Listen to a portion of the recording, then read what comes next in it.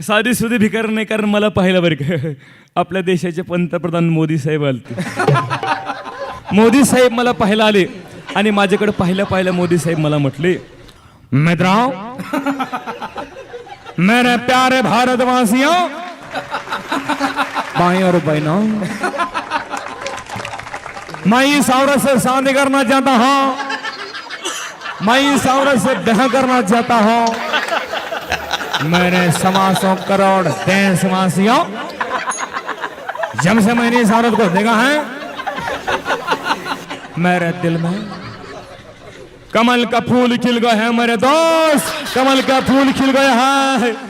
मोदीजींना म्हटलं, मोदीजी तुमच्या सोबत लगीन नाही बाई जमायचं. मी योगेश दसपुते यांना शब्द दिलाय, माझ्या भरोश्यावर आणखीन ते तसेच बसले. मोदी साहेब गेले, त्यानंतर मला पाहिला शरद पवार साहेब आले. पवार साहेब आले, मला पाहिलं आणि माझ्याकडे पाहून शरद पवार साहेब मला म्हटले, माझे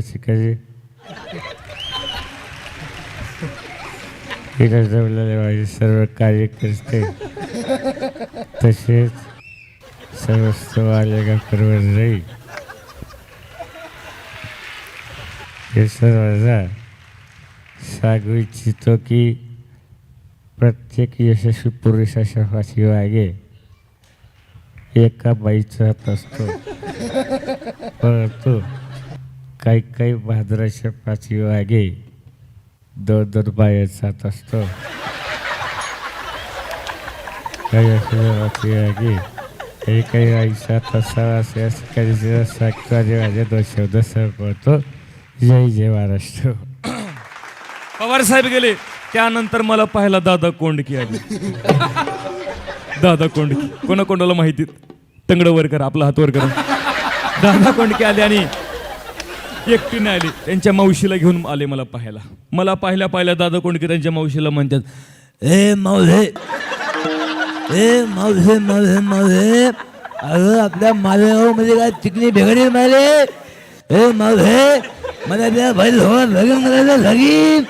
अगं तिला राणी बनवून धोबो, राणी माझ्या पिक्चर मध्ये रोल रोलच्या माझे बमला. म्हणलं दादा, तुमचं नावच दादा. बरं, जरी आपलं लग्न झालं, तुमच्यासोबत लग्न केलं, तुम्हाला काय नाव हाक मारायची? दादा इकडे या का दादा तिकडंच? त्यापेक्षा एक काम करा, रक्षाबंधनला या, राखी बांधते, विषय दोष. दादा कोंडके गेले, त्यानंतर मला पाहिला राजकुमार आले, फिल्मी राजकुमार आले. मला पाहिल्या नेहमीच्या गळा खाजवायच्या अंदाजामध्ये माझ्याकडे पाहून राजकुमार मला म्हटले, जानी ना तलवार की धार से, ना गोलियों की बौछार से, जानी बंदा डरता है कोइन भारूडकार से. यानी हम तुमसे शादी करेंगे, जरूर करेंगे. और जगह भी हमारी होगी, और साउंड सिस्टम भी हमारी होगी, और मंडप भी हमारा होगा. और यानी रही बात दुल्हन की, तो दुल्हन हम खुद होंगे. मला म्हातारा बिघडलं. त्यानंतर मला पाहिला निळू फुले आले. निळू फुले म्हणजे मराठी इंडस्ट्री मधली अमरीश पुरी. निळू फुले आल्या माझ्याकडे पाहून मला म्हटले,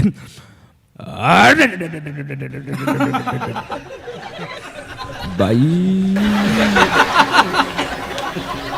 वाड्या भरल्या.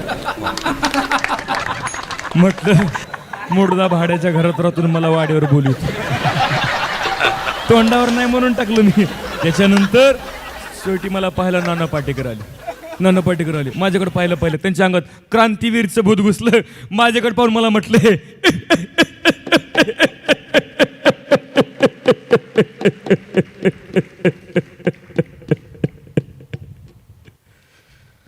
एवढंच म्हणलं.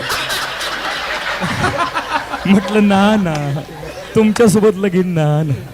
सर्व गेले. सलमान खानला कुठं दम निघते. सलमान खान आला की मला पाहिलं, मला म्हटलं, हे बघ आपण दोघं लगीन करू. मी म्हणलं सलमान नाही जमायचं.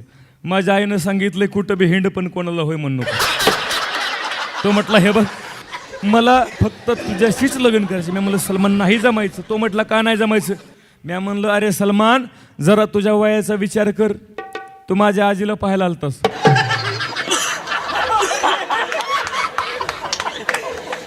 आणखीन तसंच असतो. म्हणलं हे बघ आता लग्न करील तर तुझ्याशीच करील, नाही तर तसाच राहील.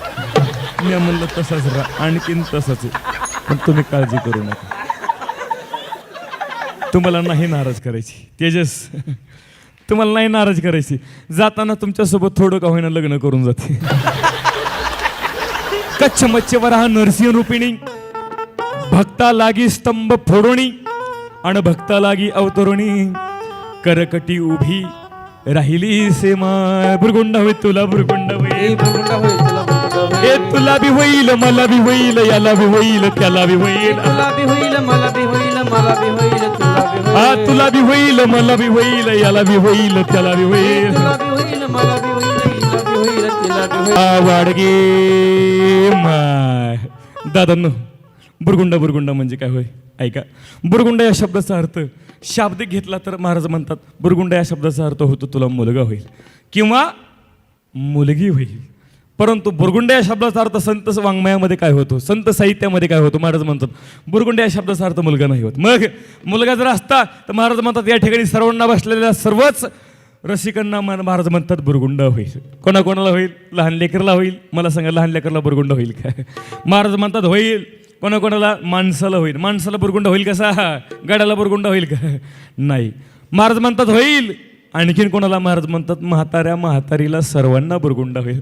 मग कोणता बुरगुंडा होईल? महाराज म्हणतात ज्ञान नावाचा बुरगुंडा होईल. पण कधी जर त्या गणपती बाप्पाची भक्ती करशील तर तुला ज्ञान होईल. पण कोणतं ज्ञान? भगवंताच्या प्राप्तीचं ज्ञान, पांडुरंगाच्या प्राप्तीचं ज्ञान, ईश्वराच्या प्राप्तीचं तुला ज्ञान होईल. ज्ञान मिळतं कुठं? महाराज म्हणतात हे ज्ञान मिळतं गुरुजवळ. म्हणून माणसानं गुरुची शरणाची सेवा केली पाहिजे. कारण गुरु तेथ ज्ञान, ज्ञानी आत्मदर्शन दर्शनी समाधान अति जैसे. म्हणून जर तुम्हाला हे ज्ञान प्राप्त करायचं असेल तर गुरु करावं लागेल, त्यांची सेवा करावी लागेल, तर हे ज्ञान तुम्हाला मिळेल. प्रश्न पडतो महाराज हा ज्ञान नावाचा बुरगुंडा कोणाकोणाच्या पोटी जन्माला आला? महाराज म्हणतात आळंदीला जा, आळंदीच्या विठ्ठलपंत आणि रुक्मिणीच्या पोटी संत ज्ञानदेव नावाचा बुरगुंडा तुम्हाला पाहायला भेटेल. देहूच्या कनकाई आणि बोलोबा यांच्या पोटी संत तुकाराम नावाचा बुरगुंडा तुम्हाला पाहायला भेटेल. अरे राजमाता जिजाऊ आणि शहाजीराजे भोसले यांच्या पोटी छत्रपती शिवाजी महाराज नावाचा बुरगुंडा जन्माला आला. दादांनो, आणि काय केलं या बुरगुंड्यानं? न भूतो न भविष्यती, ना इथून मागे कधी घडला ना पुढे घडेल असा इतिहास माझ्या राजानं घडवला. म्हणून महाराज म्हणतात अशी इतिहास घडवणारी पिढी, अशी इतिहास घडवणारी रत्न ही तुमच्या आमच्या पोटी जन्माला आली पाहिजे. ही काळाची गरज आहे. आणि अशी मुलं जन्माला आणण्याकरता त्यांच्यावर संस्कार करणं ही काळाची गरज आहे. कारण मुलावर संस्कार गेले पाहिजे. कारण लहान लहान मुलं, छोटे छोटे मुलं आज व्यसन करू लागले. दादांनो, 17-18 वर्षाची पोरगं व्यसन करू लागले, तंबाखू खाऊ लागले, गुटखा खाऊ लागले, सिगारेट ओढू लागले, दारू पिऊ लागले. सांगायला लाज वाटते. आणखीन त्यांच्या तोंडावर साधी नीट मिशी सुद्धा फुटली नाही अशी मुलं आज व्यसन करताना आपल्याला पाहायला सापडतात. म्हणून नेहमी सांगत असतो, तरुणांना सांगत असतो, आयुष्य व्यसनामध्ये बर्बाद करू नका. अरे तंबाखू काय खातोय, गुटखा कसला खातोय? अरे तुझ्यात लयच हिंमत आहे ना, काजू खा, बदाम खा, अरे खारीक खा, खोबरं खा, दूध पे, अरे व्यायाम कर, ताकद कमावणं तुला कामाला येईल. पण नाही खाणार, चांगलं खाणार नाही. हो, तो म्हणतो महाराज 700 रुपये किलो काजू आहे, 800 रुपये किलो बदाम आहे, खायला कसा परवडल? पण भल्या माणसा, तुझे गुटखा खातोयस, मार्केटला जर गुटख्याचा हिशोब केला तर 25,000 रुपये किलो गुटखा मिळतो मार्केटला. त्या विमलपोळीचा हिशोब केला तर 30,000 रुपये किलो मार्केटला विमल मिळते. तुला 25,000 रुपये किलोचा गुटखा खायला परवडतो, 30,000 रुपयाची विमलपोळी खायला परवडते. 700-800 रुपये किलोचा काजू बदाम खायला परवडत नाही. पण नाही खाणार. 700 रुपये किलोचा काजू खाणार नाही, 800 रुपये किलोचा बदाम खाणार नाही, मग 25,000 रुपये किलोचा गो खाईल. मी काय वाईट सांगत ना, वाईट बोलत नाही बरं का. त्याचं नावच आहे पहा, ठेवणारे ना काय डोकं लावून ठेवलंय पहा. त्याचं नावच आहे गु ट खा. काय नाव आहे? गु. गुवर जोर द्यायचा, त्याला खालून अंडरपॅन्ट घालायची, आपला अंडरलाईन करायची. गु ट खा. खाणाऱ्याला म्हणू फक्त मधला ट काढ. काय होते? खुशाला हाण म्हणत पुढे मध्ये फिल्टर होऊन आलं. अरे एकीकडे आमचं यान चंद्रावर गेलं, अरे एकीकडे माझ्या भारत देशानं चंद्रावर सॉफ्ट लँडिंग केली. अरे नासला सुद्धा धडकी भरली. ही कामगिरी आज भारत देशाने केली. काय सामान्य देशामध्ये जन्मानं आलेले तुम्ही आम्ही माणसं नाही दादांनो. शेजारचा पाकिस्तान म्हणतोय आमचा झेंड्यावर चंद्र आहे. त्या पाकिस्तानला जाऊन सांगा, अरे तुझा जर झेंड्यावर चंद्र असेल तर आमचा चंद्रावर झेंडा आहे, जाऊन बघ. सामान्य देशामध्ये जन्माला आलेले तुम्ही आम्ही माणसं नाही दादांनो. परंतु याच देशातल्या तरुणांना काय खावं, काय प्यावं आणि काय ल्यावं याचं भान सुद्धा उरलं नाही. त्यावेळेला माझे संत मायबाप सावध करतात, भल्या माणसा, अरे माणसाच्या जन्माला येऊन माणसासारखं वागला नाहीस. अरे माणसाच्या जन्माला येऊन काय खावं, काय प्यावं आणि काय ल्यावं हे जर कळलं नाही तर महाराज म्हणतात, नाही तरी गेला जन्म वाया. अरे माणसाच्या जन्माला आलास काय आणि एखाद्या डुकरासारखं नालीत गटारात लोळून मेलास काय, काहीच फरक नाही ना. तुला जर तुझ्या जीवनाचं सार्थक करायचं असेल तर व्यसनाचा नाद सोड आणि सुंदर गणपती बाप्पाची भक्ती कर. जीवनाचं सार्थक झाल्याशिवाय राहणार नाही. म्हणून दारू गांजा मत पियो यारो, अक्कल गुंग हो जाती है, अपने पल्लों के दाम खर्च कर, मुंह में मिट्टी पड़ जाती है. म्हणून जाम पर जाम पिने से क्या फायदा. अरे कशाला पितोय दारू. अरे दारू सकाळी प्यायला संध्याकाळी उतरती, रात्री प्यायला पुन्हा अर्ध्या रात्रीत उतरती. नशाच काय त्याच्यामध्ये 4-5 घंट्याची नशाला कशाला करतोय. अरे तुला नशाच करायची ना तर उतरणारी नशा करू नको, मग अशी चढणारी नशा कर. एकदा टाकली उतरली नाही पाहिजे.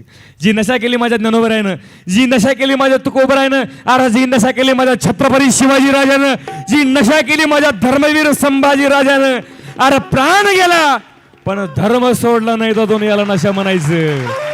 समाजसेवेची नशा उतरत नाही दादून. म्हणून महाराज म्हणतात, जाम पर जाम पीने से क्या फायदा, रात बीती सुबह उतर जाएगी. जाम पर जाम पीने से क्या फायदा, रात बीती सुबह उतर जाएगी. तू एक बार गणपति बप्पा के नाम का प्याला तो पी के देख, तेरी जिंदगी सुधर जाएगी, पूरी जिंदगी सुधर जाएगी. म्हणून ऐक मर्दार, दारू पिऊन फिरशील. हे भल्या माणसं स्वतःला मर्द म्हणून घेतो, दारूच्या अड्ड्यावर जातो, दारू पितो, घरी येतो, आईला उलट बोलतो, बापाला उलट बोलतो, बहिणीचा अपमान करतो, बायकोला मारतो, स्वतःला मर्द म्हणून घेतो. ऐक गड्या, ऐक मर्दार, दारू पिऊन फिरशील आणि या रस्त्यावर कुठं बी मरशील, या रस्त्यावर कुठं बी मरशील, या रस्त्यावर कुठं बी मरशील. दारू पिऊन फिरशील, दारू पिऊन फिरशील, या रस्त्यावर कुठं बी मरशील रे, या रस्त्यावर कुठं बी मरशील रे, या रस्त्यावर कुठं बी मरशील रे. दारूच्या नादी लागून गुणवान झाले अवगुण, गुणवान झाले अवगुण, गुणवान झाले अवगुण. सर्व काम धंद त्यागुण, पोटभरती भीक मागुन, पोटभरची भीक मागुन, पोटभरची भीक मागुन. हिच्या नादान, हिच्या नादान, अरे नादान, हिच्या नादान बरबाद होशील. या रस्त्यावर या रस्त्यावर आणि या रस्त्यावर कुठं बी मरशील रे. तुला म्हणतील लेकर बाळ. दारू पिणाऱ्या माणसाला घरात कोणी किंमत देत नाही, त्याला गावात कोणी किंमत देत नाही, त्याला समाजात कोणी किंमत देत नाही. अरे समाजात तर सोडाच, ते पोटचं पोरग त्या दारुड्या बापाला म्हणतं, ए बाबा अरे काय केलं समाजासाठी. तुला म्हणतील लेकर बाळ, बाप नव्या मुचा काळ, अरे दारुण होईल वाटुळ, अन कुठं करशील तोंड हे काळ. हिच्या नादान, हिच्या नादान, अरे नादान, हिच्या नादान, अरे विपरीत करशील. या रस्त्यावर राहा, या रस्त्यावर राहा. या रस्त्यावर कुठं बी मरशील रे. आमच्या गावात प्रकार झाला दादांनो, आमच्या गावामध्ये घडलेली सत्य घटना आहे. आमच्या गावात प्रकार झाला, एक दारुड्या भलती प्याला, रातभर गोंधळ त्यानं केला आणि 5 वाजता सकाळी मेला. हिच्या नादान हिच्या नादान अरे नादान हिच्या नादान अरे बरबाद होशील या रस्त्यावर कुठं बी मरशील र या रस्त्यावर कुठं बी मरशील र या रस्त्यावर कुठं बी मरशील म्हणून अरे दादा नको लागो दारूच्या नादा हे दादा रे नको लागो दारूच्या नादा. हे दादा नको दारूचा नादा अरे बायको लेकरो भिकेला लावली बायको लेकरो भिकेला लावली सोडून काम धंदा धंदा धंदा दादा नको लागू दारूच्या नादा. हे दादा नको लागू दारूचा नादा हे दादा नको लागू दारूचा नादा अहो या दारूचा नादले वाईट अन रोज रोज पिऊन हा होतोय ताईट अहो याला वर जाण्याची लई घाई अन सकाळी 5 वाजताच गेला बाई अहो त्याच्या तोंडात बाटली तशीच होती ताई अन त्याच्या पिंडाला कावळा शिवला नाही त्याची बायको रडती धाई धाई मला मुंबईला नेतो म्हणला होता दादा कोंडकेचा पिक्चर धावतो म्हणला होता लेकरा बाळाला कपडे घेतो म्हणला होता सगळंच कसं टाकून गेला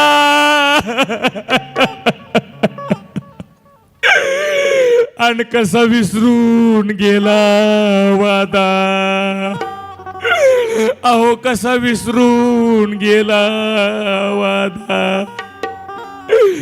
दादा नको लागू दारूच्या नादा हे दादा नको लागू दारूच्या नादा हे दादा नको लागू दारूचा नादा हे दादा नको लागू दारूचा नादा आरडून वरडून डोकं आपण सांगतोय हा गोविंदा आरडून वरडून डोकं आपण सांगतोय हा गोविंदा गोविंदा गोविंदा दादा नको लागू दारूच्या नादा हे दादा नको लागू दारूचा नादा हे दादा नको लागू दारूचा नादा म्हणून दादा कुठल्याही प्रकारचं व्यसन करू नका ज्यानं आपल्या आयुष्याची राख रांगोळी होईल असं व्यसन कधी करू नका तांबाखू खाऊ नका सिगारेट ओढू नका दारू पिऊ नका आणि गुटखा खाऊ नका गुटखा खाऊ नका आणि मटका कधी लावू नका कारण आज आमच्या तरुणांची फॅशन झाली काय गुटखा आणि मटका अलीकडं मटका सुद्धा आज ऑनलाईन आला मोबाईलवर मटका खेळायला लागले लोक रमी सर्कल जंगली रमी ॲव्हिटर अरे ह्या ॲप्लिकेशनद्वारे आज लोक मोबाईलवर रमी खेळू लागली म्हणून कुठल्याही प्रकारचं रमी सुद्धा एक व्यसनच येतात म्हणून खेळू नका आमच्या जिल्ह्यातली गोष्ट आहे एक तरुण एका दिवसामध्ये 27 लाख रुपये त्या रमीमध्ये हारला जातो परिणाम त्यानं त्या दिवशी फाशी घेतली म्हणून कुठल्याही प्रकारचं मटका खेळू नका कारण अरे नको खाऊस गुटखा अन नको लावूस मटका कारण अरे जवा पडल अरे जवा पडल अरे जवा पडल यमाचा फटकार 440चा लागेल झटका जवा पडल यमाचा फटकार 440चा लागेल झटका जेव्हा पडले माचा फटकार 440चा लागल झटका पडले माचा फटकार 440चा लागल झटका अरे नको खाऊस गुटखा अन नको लावूस मटका हे नको खाऊस गुटखा अन नको लावूस मटका जवा पडल अरे जवा पडल अरे जवा पडल यमाचा फटकार 440चा लागेल झटका जवा पडल यमाचा फटकार 440चा लागेल झटका जेव्हा पडले माचा फटकार 440चा लागल झटका पडले माचा फटकार 440चा लागल झटका या दारूच्या नादान दारूच्या नादान अरे तुझं आताड सडतील तुझं आताड सडतील अरे तुझं आताड सडतील तुझं दाताड पडतील तुझं आताड सडतील तुझं दाताड पडतील अरे सोड वाईट व्यसनाचा चटका सोड वाईट जुगाराचा चटका आणि संसार कर नीट नेटका कारण अरे जवा पडल अरे जवा पडल आणि जेव्हा पडलं यमाचा फटकार 440चा लागेल झटका. जेव्हा पडलं यमाचा फटकार 440चा लागेल. जेव्हा पडेल माझा फटकार 440 लागल झटका. हे पडेल माझा फटकार 440 लागल झटका. हा माणसाचा जन्म माणसाचा जन्म पुन्हा नाही रो मिळणार. नाही रे मिळणार. पुन्हा नाही रो मिळणार. मिळणार. सांग तुला कधी कळणार. सांग तुला कधी कळणार. शब्द गोविंदाचा नाही लटका. शब्द गोविंदाचा नाही लटका. लय निबर देवाचा फटका.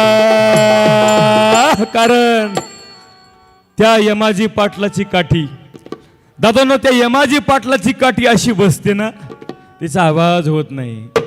परंतु एकदा का ती काठी बसली, चांगली चांगली सरळ होतात. जवळ पडलं यमाचा फटकार 440चा लागेल झटका. पडेल माझा फटकार 440 लागल झटका. आहा पडेल माझा फटकार 440 लागल झटका. म्हणून दादांनो, कुठल्याही प्रकारचं व्यसन करू नका. सुंदर जीवन जगण्याचा प्रयत्न करा. भगवंतानं अनमोल किमतीचा नरदेह तुम्हाला आम्हाला भेट म्हणून फक्त 5 मिनिटं घेतो तुमच्या सर्वांची. कारण यानंतर सुद्धा आम्हाला कार्यक्रम करून उद्या सकाळी आम्हाला बुलढाण्याला जायचं. या ठिकाणून एकदा सर्वच या ठिकाणी रसिक मायबाबांचे दर्शन घेतो.